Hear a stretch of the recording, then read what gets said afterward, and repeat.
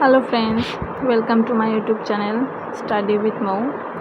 তো বন্ধুরা, আজকে আমি তোমাদের সামনে নিয়ে চলে এসেছি কিছু GK question.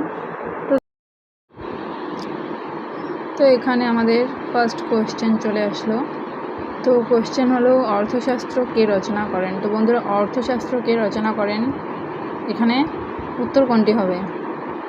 Option A Panini, option B Patanjali, option C Kautilya, option D Kalidas. তো বন্ধুরা, অর্থশাস্ত্র রচনা করেন, এর উত্তর কিন্তু আমরা দেখে নেব কি হয়ে যাচ্ছে। তো এর উত্তর কিন্তু হয়ে যাচ্ছে কৌটিল্য। তো অর্থশাস্ত্র রচনা করেন কৌটিল্য। এরপর আসলো, রাজীব গান্ধীর সমাধিস্থল কোনটি? তো বীর রাজীব গান্ধী যে আছে তার সমাধিস্থল কোনটি? Option A Shantivan, option B Vijay Ghat, option C Birbhum, option D Kisan Ghat. তো বীরভূম, রাজীব গান্ধীর সমাধিস্থল কিন্তু এখানে হয়ে যাবে বীরভূম। তো বন্ধুরা, এখানে চারটের মধ্যে রাজীব গান্ধীর সমাধিস্থল এখানে হয়ে যাচ্ছে আমাদের বীরভূম।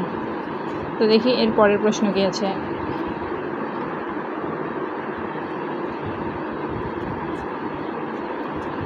এরপর আছে 8 ডিগ্রি চ্যানেল কোন দুটি দেশের মধ্যে নিয়ন্ত্রণ সাধন করে?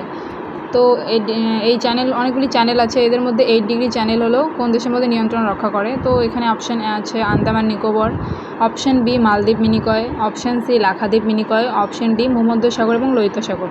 তো 8 ডিগ্রি চ্যানেল কিন্তু নিয়ন্ত্রণ রক্ষা করে মালদ্বীপ ও মিনিকয়ের মধ্যে। অপশান বি মালদ্বীপ ও মিনিকয়ের মধ্যে হবে 8 ডিগ্রি চ্যানেল নিয়ন্ত্রণ সাধন রক্ষা করে।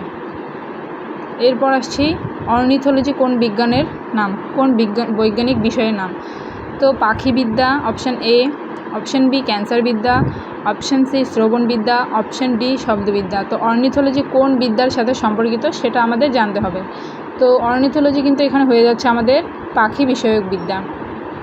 অর্নিথোলজি পাখি বিষয়ক বিদ্যা। এরপর ক্যান্সারবিদ্যা, শ্রবণবিদ্যা, শব্দবিদ্যা। এর জন্য আমি আলাদা ভিডিও নিয়ে আসবো, তখন অন্যান্য ভিডিওতে উল্লেখ করবো অন্যান্য বিষয়গুলি। তো এরপর আসছে ভারতনাট্যম লোকনৃত্য। তো এই ভারতনাট্যম লোকনৃত্য কোন রাজ্যের অন্তর্গত? Option A Uttar Pradesh, option B Kerala, option C Tamil Nadu, option D Andhra Pradesh. তো ভারতনাট্যম লোকনৃত্য কোথাকার বন্ধুরা, বলো দেখি? এটা হয়ে যাবে কিন্তু আমাদের তামিলনাড়ু। ভারতনাট্যম নৃত্য হচ্ছে তামিলনাড়ুর অন্তর্গত।